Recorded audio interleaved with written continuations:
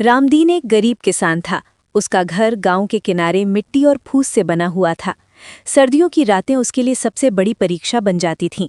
ठंडी हवा झोपड़ी की दरारों से भीतर घुसकर उसके शरीर के साथ साथ उसकी उम्मीदों को भी जमा देती थी। उस रात भी ठंड बहुत तेज थी। उसकी पत्नी सीता बच्चों को पुराने और फटे कंबल में लपेटे बैठी थी, जबकि रामदीन खाली चूल्हे के पास चुपचाप बैठा था। लकड़ी खरीदने के पैसे नहीं थे और पेट में जलती भूख ठंड से ज्यादा चुभ रही थी। रामदीन कभी इतना बेबस नहीं था। कुछ साल पहले उसके खेत हरे भरे रहते थे। गेहूं और सरसों की अच्छी पैदावार होती थी, लेकिन लगातार बदलते मौसम ने उसकी जिंदगी उलट दी। कभी सूखा पड़ा, कभी बाढ़ आई और अब भयंकर ठंड ने उसकी फसल को पाले की चपेट में ले लिया था। ऊपर से साहूकार हरिशंकर सेठ का कर्ज सिर पर था, जो दिन ब दिन बढ़ता जा रहा था। अगली सुबह कोहरे में लिपटी हुई थी। रामदीन नंगे पैर अपने खेत पहुंचा। पत्तों पर जमी ओस और पाला देखकर उसका दिल बैठ गया। उसने कांपते हाथों से पौधों को छुआ और भगवान से प्रार्थना की कि उसकी मेहनत बर्बाद ना हो। लेकिन शाम तक ठंड और बढ़ गई। रामदीन खेत में ही बैठ गया और उसकी आंखों से आंसू बहने लगे।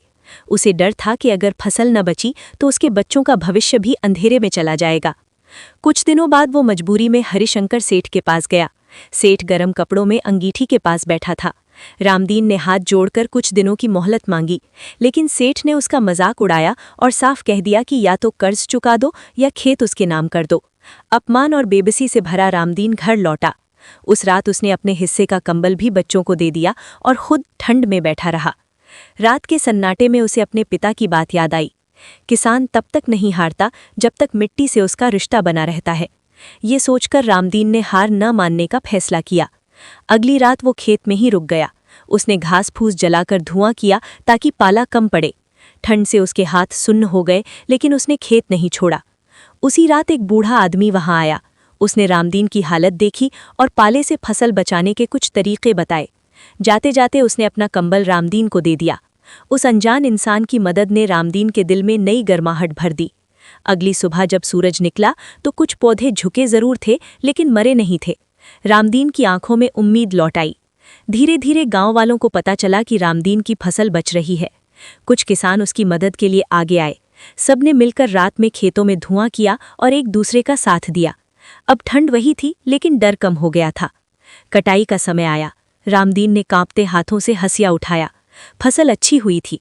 उसने कर्ज चुकाया और अपने बच्चों के लिए अनाज खरीदा। जब हरिशंकर सेठ ने दोबारा दबाव डालने की कोशिश की तो गांव के लोग रामदीन के साथ खड़े हो गए। सेठ को भी अपनी गलती का एहसास हुआ और उसने अपने व्यवहार में बदलाव का वादा किया। सर्दियां बीत गईं और बसंत आ गया। रामदीन के खेत फिर से हरे हो गए। अब वो सिर्फ अपने लिए नहीं, बल्कि दूसरे किसानों के लिए भी प्रेरणा बन चुका था।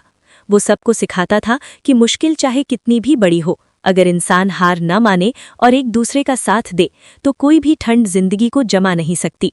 अगर आप आगे भी मेरी मज़ेदार कहानियाँ देखना चाहते हैं तो धमाका टेल्स चैनल को सब्सक्राइब और वीडियो को लाइक करके इस चैनल का हिस्सा बन जाओ।